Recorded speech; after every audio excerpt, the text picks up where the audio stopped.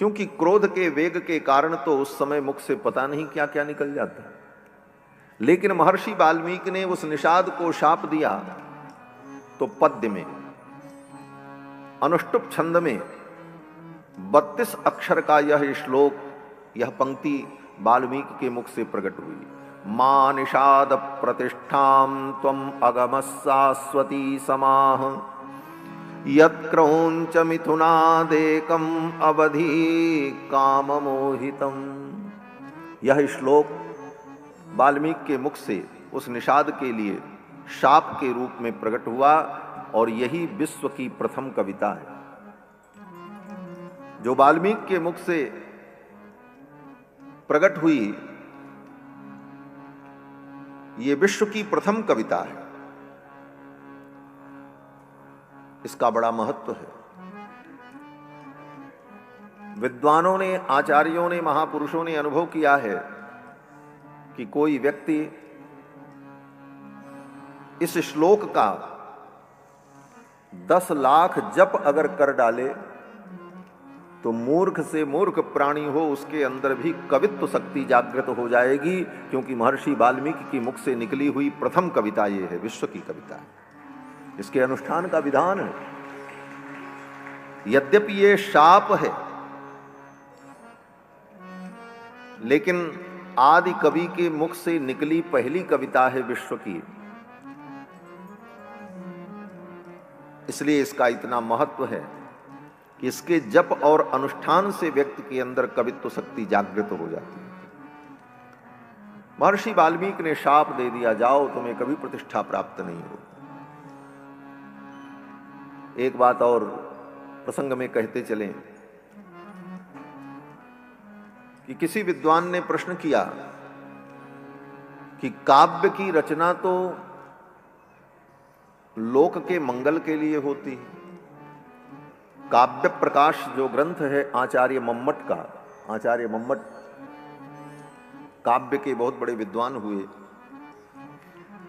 आचार्य मम्मट अपने काव्य प्रकाश ग्रंथ में काव्य के प्रयोजन का जब वर्णन करते हैं तो कहते हैं काव्यम यशसे अर्थकिते शिवेतर क्षतये व्यवहार विदे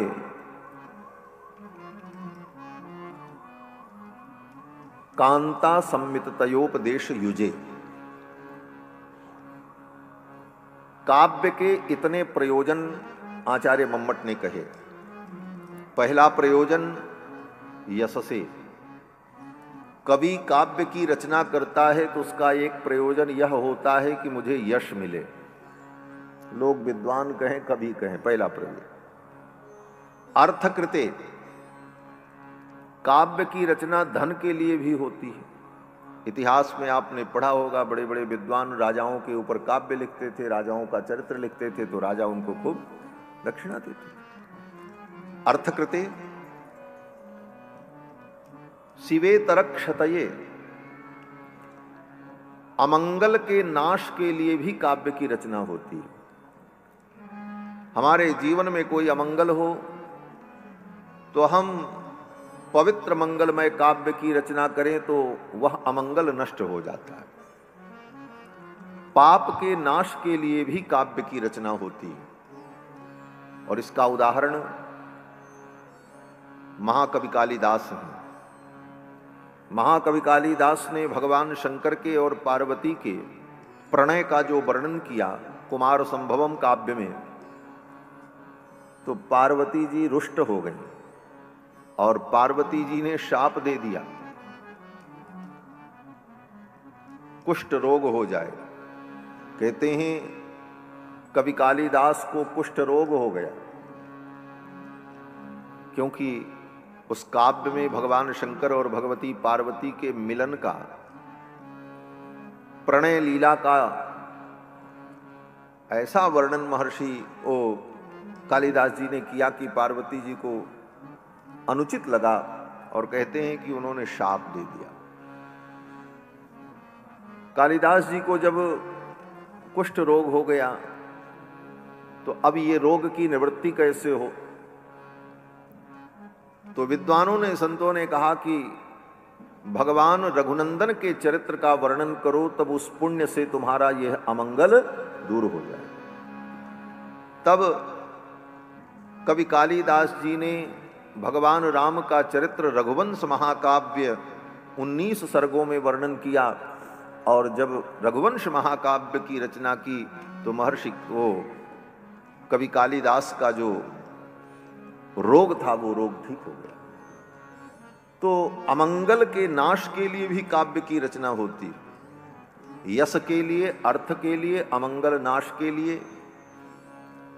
व्यवहार विदे, संसार के व्यवहार का ज्ञान लोगों को हो, मानव जीवन हम कैसे जिए इस व्यवहार की शिक्षा के लिए भी काव्य की रचना होती है। काव्य का यह भी प्रयोजन, और एक प्रयोजन यह भी है, कांता सम्मित तयोपदेश युजे। कांता सम्मित उपदेश देने के लिए काव्य की रचना होती है। उपदेश 3 प्रकार का होता है, प्रभु सम्मित उपदेश, मित्र सम्मित उपदेश और कांता सम्मित उपदेश। प्रभु सम्मित उपदेश में आज्ञा होती है, जैसे वेद, वेद प्रभु सम्मित उपदेश है। वेद कहता है सत्यम वद, सत्य बोलो, कोई चापलूसी नहीं, कोई आपके लिए रियायत नहीं, और ना आपके लिए कोई अलग से कोई सुविधा। वेद भगवान कहते हैं सत्यम वद, सत्य बोलना चाहिए। तो प्रभु की आज्ञा है, ये प्रभु सम्मित उपदेश इसको कहा जाता है। तो वेद जो कहता है वो प्रभु सम्मित उपदेश है। और पुराणों में जो कथाएं हैं, पुराणों के माध्यम से जो उपदेश है वो क्या है, बोले वो मित्र सम्मित उपदेश है। जैसे मित्र अपने मित्र को आज्ञा नहीं दे सकता, लेकिन अच्छी अच्छी बात बता करके उसको सही मार्ग पर लगा देता है। मित्र दोनों बातें बताता, देखो इन्होंने ऐसा किया तो इसका ये फल हुआ, और इन्होंने ऐसा किया तो इसका ये फल हुआ, बस अब निर्णय तुम करो। तो ये मित्र सम्मित उपदेश है, ये पुराणों में रहता है। पुराणों में सब कथाएं लिखी हैं, इसने ऐसा किया तो ये फल मिला, ये किया तो ये फल मिला। अब उसे सुन करके, पढ़ करके आप समझ लो, और क्या करना है वो आप विचार कर लो। तो पुराण जो है वो मित्र सम्मित उपदेश, और काव्य, काव्य जो है ये कांता सम्मित उपदेश होता है। काव्य में जैसे कांता माने स्त्री, स्त्री प्रेम पूर्वक अपने पति के मन को प्रसन्न देखकर, और नहीं प्रसन्न है तो अपने मधुर व्यवहार से उसे प्रसन्न करके, और तब उसी वार्ता के दौरान वो धीरे से सही मार्ग अपने पति को बता देती है। ये कांता सम्मित उपदेश है। तो काव्य जो है ये कांता सम्मित उपदेश है। तो काव्य का प्रयोजन यश, अर्थ, अमंगल नाश, व्यवहारक ज्ञान और कांता सम्मित उपदेश।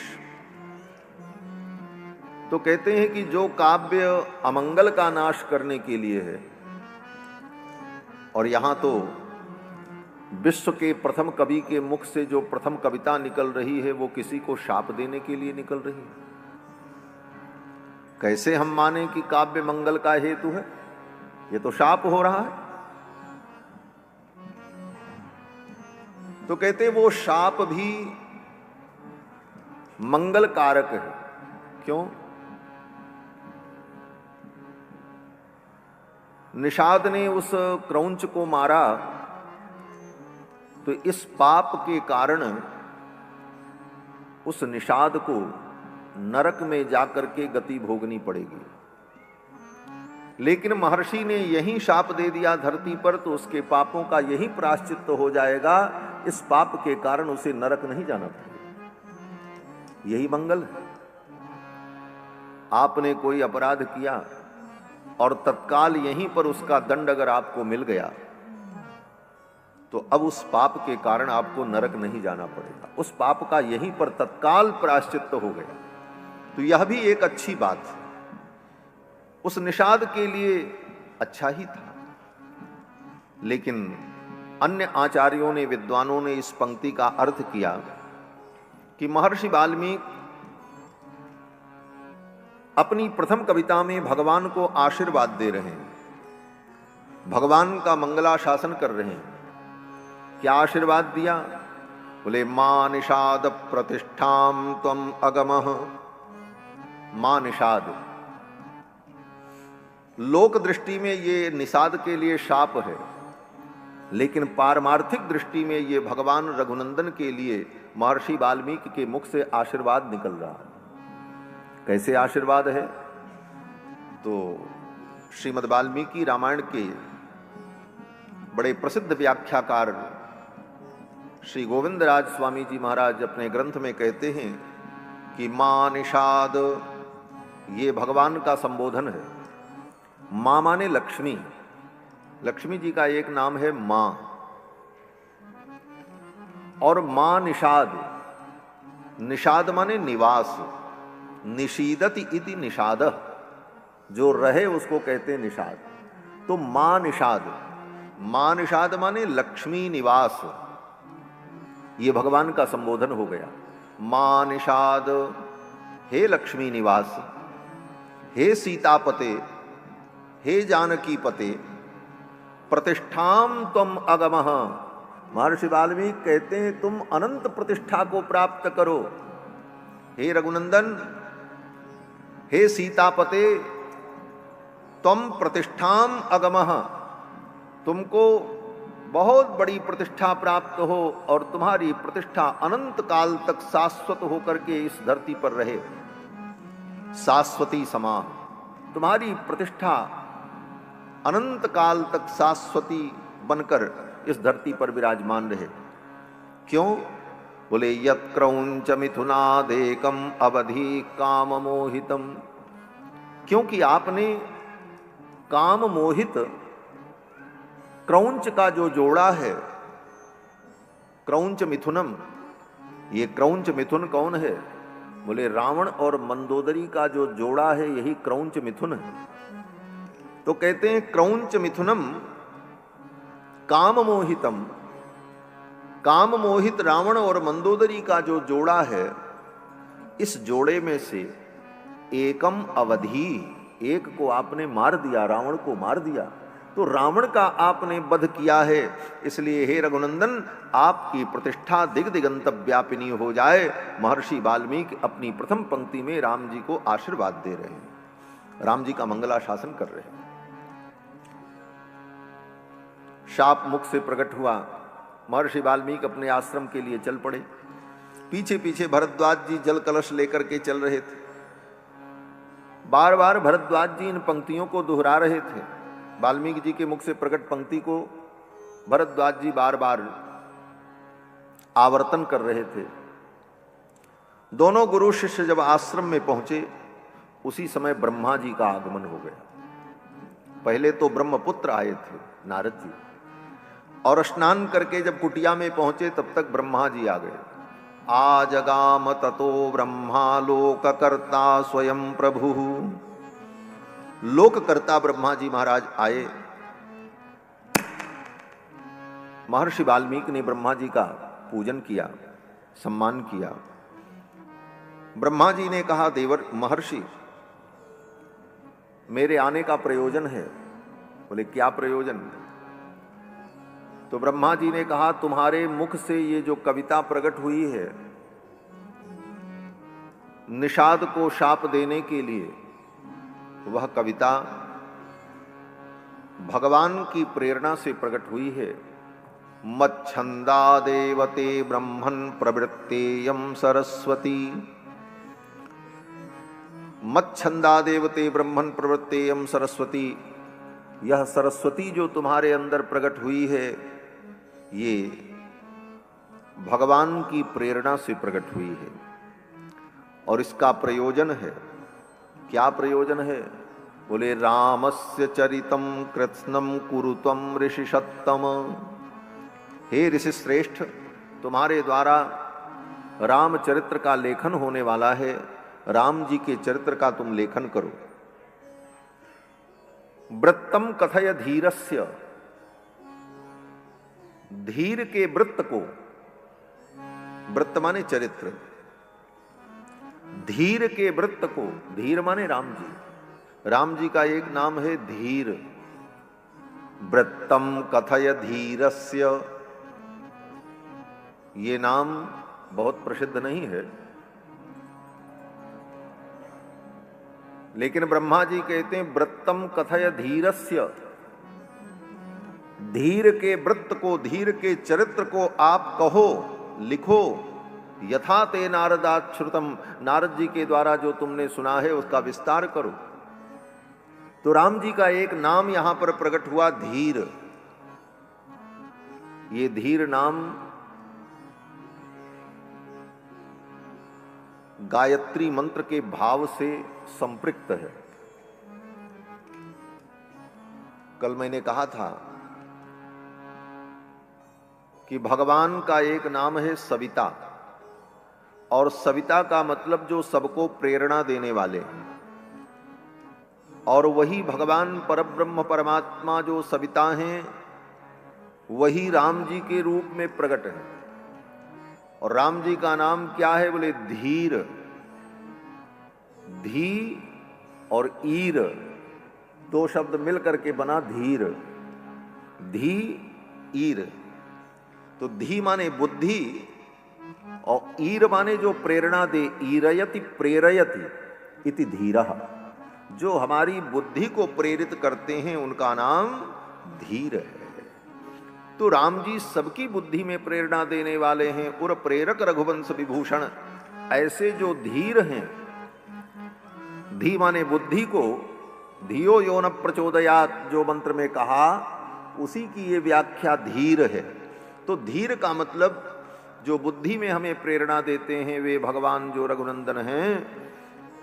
वृत्तम कथय, उनके चरित्र का आप वर्णन करो। महर्षि वाल्मीकि ने कहा, पितामह रघुनंदन के संपूर्ण चरित्र का मैं कैसे वर्णन कर पाऊंगा? नारद जी ने जो सुनाया है वो बहुत संक्षेप में सुनाया है। 14 वर्ष तक वन में रहकर राम जी ने जो चरित्र किया उस चरित्र को मैं कैसे जान पाऊंगा? और भी राम जी के जो अनेक चरित्र हैं उन चरित्रों को मैं कैसे जान पाऊंगा? तब ब्रह्मा जी ने कहा कि मेरा आशीर्वाद है, तच्चाप्य विदितम सर्वम विदितम ते भविष्यति। मेरा आशीर्वाद है, राम जी का जो चरित्र अविदित है वह भी चरित्र तुमको विदित हो जाएगा, पता चल जाएगा। ब्रह्मा जी ने ऐसा आशीर्वाद दिया महर्षि वाल्मीकि को कि राम जी का संपूर्ण चरित्र तुम्हें दिखाई पड़ेगा। तच्चाप्य विदितम सर्वम विदितम ते भविष्यति, राम जी का संपूर्ण चरित्र तुमको विदित हो जाएगा, दिखाई पड़ने लग जाएगा। गुरु की कृपा हो, आचार्य की कृपा हो तो भगवान का चरित्र दिखाई पड़ने लगता है, हृदय में प्रकाशित हो जाता है। गोस्वामी तुलसीदास जी महाराज कहते हैं कि गुरु जी की कृपा हो जाए तो राम जी का चरित्र दिखने लगता है। सूझहि राम चरित मणिमानिक, सूझहि राम चरित मणिमानिक, कुपुति प्रगट जो जेहि खानिक, कुपुति प्रगट जो जेहि खानिक, गुप्त प्रगट जहाँ जो जेहि खानिक, गुप्त प्रगट जहाँ जो जेहि खानिक, सूझहि राम चरित मणिमानिक, सूझहि राम चरित मणिमानिक, सूझहि राम चरित। राम जी का चरित्र सूझने लगता है, दिखाई पड़ने लगता है। गुप्त प्रगट जहां जो जही खानिक, चाहे वो गुप्त चरित्र हो चाहे प्रगट चरित्र हो। ब्रह्मा जी ने कहा मेरा आशीर्वाद, राम जी का संपूर्ण चरित्र तुम्हें विदित हो जाएगा। वाल्मीकि जी ने कहा, पितामह, राम जी का जो चरित्र हो चुका है वो चरित्र तो हमको विदित हो जाएगा, लेकिन राम जी अभी राज्य लीला कर रहे हैं। आगे राम जी जो चरित्र करेंगे वो मुझे कैसे ज्ञात होगा? ब्रह्मा जी ने कहा, आगे जो चरित्र राम जी करेंगे वो भी तुमको ज्ञात हो जाएगा, पहले ही पता चल जाएगा। वाल्मीकि जी ने कहा, महाराज, भगवान जो चरित्र आगे करेंगे वो भी हमको पता लग जाएगा और मैं उसे लिख दूं, और कहीं राम जी का प्रोग्राम बदल गया तब? क्यों? बोले वो किसी के अधीन तो है नहीं। परम स्वतंत्र न सिर पर कोई, भगवान परम स्वतंत्र हैं। कहीं उन्होंने अपने कार्यक्रम को बदल दिया कि चलो अब ये लीलाएं नहीं करेंगे, अब लीला खत्म, अब वैकुंठ चलेंगे, तब तो मैं जो लिखूंगा वो बात झूठी हो जाएगी। तो ब्रह्मा जी ने कहा, वाल्मीकि, तुम जो चरित्र लिख दोगे वो चरित्र राम जी को करना ही पड़ेगा। अगर उनकी नहीं भी इच्छा होगी तो वो चरित्र उनको करना पड़ेगा। ऐसा विलक्षण आशीर्वाद ब्रह्मा जी ने महर्षि वाल्मीकि को दिया। कुरु राम कथाम पुण्याम श्लोकबद्धाम मनोरमाम, श्लोकबद्ध राम कथा का तुम वर्णन करो। और हे वाल्मीकि, तुम्हारे द्वारा लिखी गई राम कथा जब तक इस धरती पर गाई जाएगी, सुनी जाएगी, तब तक तुम ब्रह्मलोक में आनंद की प्राप्ति करोगे और सुखपूर्वक ब्रह्मलोक में निवास करोगे। ये सब कह करके, आशीर्वाद दे करके ब्रह्मा जी विदा हो गए। ब्रह्मा जी जब चले गए तो महर्षि वाल्मीकि ने आचमन प्राणायाम किया और पवित्र दर्भासन पर विराजमान होकर भगवान के चरणों का ध्यान करने लगे। और उसी समय महर्षि वाल्मीकि के हृदय में नारद जी की कृपा से, ब्रह्मा जी के आशीर्वाद से और भगवान श्री रघुनंदन की कृपा से संपूर्ण राम चरित्र महर्षि वाल्मीकि के हृदय में प्रकाशित हो गया। कैसे प्रकाशित हुआ? स्वयं वाल्मीकि जी कहते हैं कि राम जी कैसे हंसते हैं, राम जी कैसे चलते हैं, राम जी कैसे बोलते हैं, सब कुछ हसितम भासितम चैव गतिर्यावच्च चेष्टितम तत्सर्वं धर्मवीर्येण यथावत् संप्रपश्यति। हसितम भासितम चैव गतिर्यावच्च चेष्टितम, राम जी कैसे हंसते हैं, राम जी कैसे बोलते हैं, राम जी कैसे चलते हैं, तत्सर्वम, वो सब कुछ, धर्मवीर्येण, धर्म के प्रताप से, गुरुजनों की कृपा से, यथावत संप्रपश्यति, यथावत महर्षि वाल्मीकि ने अपनी बुद्धि में देख लिया। दूसरे शब्दों में कहा जाए तो जैसे ऋषि मंत्र के दृष्टा होते हैं, मंत्र को देखते, मंत्र के सृष्टा नहीं होते। शब्दों पर ध्यान देना। ये वेद के जितने मंत्र हैं, वेद की जितनी ऋचाएं हैं, इन ऋचाओं के सृष्टा कोई महर्षि नहीं है कि उन महर्षियों ने इन ऋचाओं को बनाया हो। बोले तब? बोले ये ऋचाएं तो बनी बनाई हैं, अनादि हैं। महर्षि उसके दृष्टा होते हैं, उसको देखते हैं, उसका दर्शन करते हैं, उसका साक्षात्कार करते हैं। जैसे किसी खदान में सोना हो और आपको दिख जाए तो आपने उस सोना को थोड़ी बनाया, आपने उसको देखा है, उसको पहचान लिया, जान लिया। उसी प्रकार जितने वेद मंत्र हैं वो अनादि हैं। महर्षि लोग समय समय पर उन मंत्रों का साक्षात्कार करते हैं, इसीलिए महर्षियों को मंत्र दृष्टा कहा जाता है। ऋषयो मंत्र दृष्टारः, ऋषि कौन? बोले जो मंत्र का दृष्टा हो, जिसने मंत्रों को देखा है, मंत्रों का साक्षात्कार किया। तो ये रामायण भी वेदावतार है। तो रामायण जो भगवान की कथा है, इस मंत्र के भी दृष्टा महर्षि वाल्मीकि हैं। इन्होंने संपूर्ण रामचरित्र को देख लिया। हसितम भासितम चैव गतिर्यावच्च चेष्टितम तत्सर्वम धर्मवीर्येण यथावत् संप्रपश्यति। और महर्षि वाल्मीकि ने रामायण को लिखना प्रारंभ किया। 24,000 श्लोकों में रामायण लिख करके तैयार कर दी। रघुवंशस्य चरितम चकार भगवान मुनि। रघुवंश के चरित्र को, राम जी के चरित्र को चकार भगवान मुनि। इस चरित्र को लिखा, किसने लिखा? कहते हैं भगवान मुनि। मुनि ने लिखा, लेकिन कौन से मुनि ने? बोले भगवान मुनि। कहते हैं भगवान के चरित्र को भगवान ही लिख सकते हैं।